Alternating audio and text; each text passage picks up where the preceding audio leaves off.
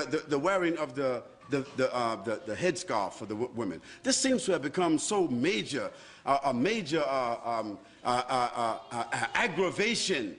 Why should women who want to wear a veil, why should this have been such a source of aggravation today? Why is that? I don't understand it. I mean, if a naked woman walked in this room here, meaning wearing a bikini or a G-string, she would have the right to just walk just like anybody else.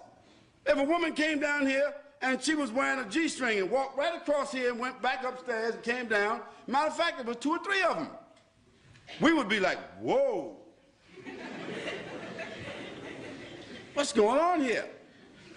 But we couldn't say anything because it is accepted in the society for a woman to wear this in public.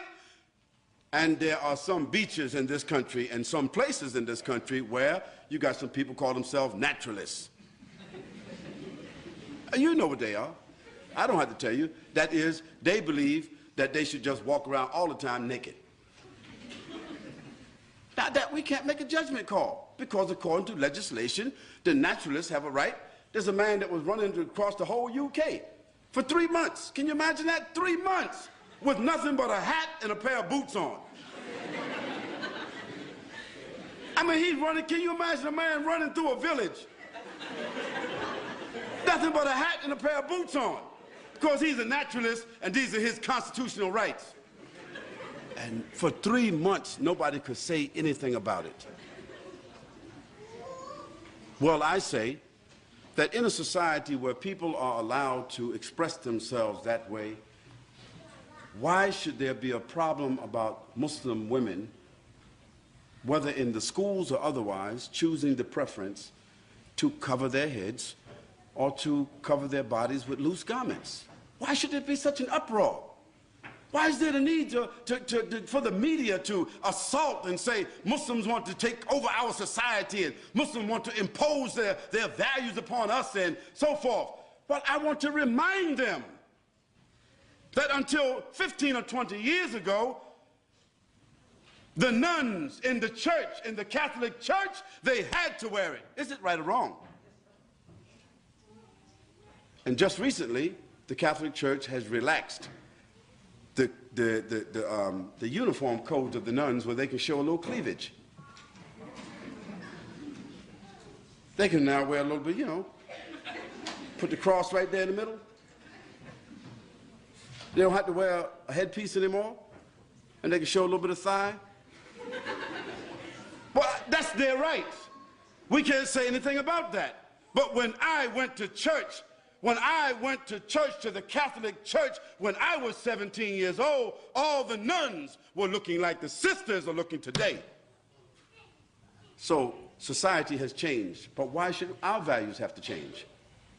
Those Muslim ladies who want to wear the full scarf and want to wear loose clothing, they're doing so because God said so, not because their husband said so, not because they're Arabs or Indonesians or Malaysians or Africans. No, they're doing it because God says so. So if our religion, which is the same religion of Moses and Abraham and David and Solomon and Jesus and John the Baptist, if we have the same religion as all of those prophets, and we are all monotheistic people basically, Christians and Jews and Muslims, taking our sources from the same, taking our scripture from the same sources, and we can see in the history of our religions that women dress this way consistently, then why is it an aberration because our women want to wear that today?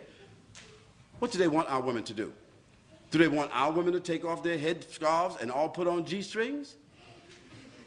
Would that be sad? Or now y'all all the same, now it's okay. No, we say it's not okay. And we say, as Muslims, we have the right to preserve what we consider to be decent and dignified clothing and apparel and appearance.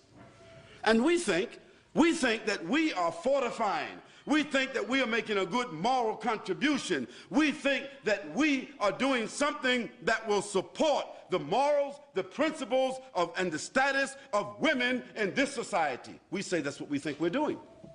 And do we have the constitutional right to make what we consider to be a moral contribution to the fiber of this society based upon our religion? Of course we do. And we don't have to apologize. And if somebody wants to know, if we are unable to explain, we do not have to explain. But what we should do is, the people of the media, or the people of government who feel that they don't understand what's going on, we should send them to people who are qualified to expound upon this issue in a dignified, educated way, so that people would not think somehow or another that all these women who are wearing these scarves got an AK-47 underneath their scarves, or they got a bomb, they coming inside somewhere with a bomb. You know, stereotypes.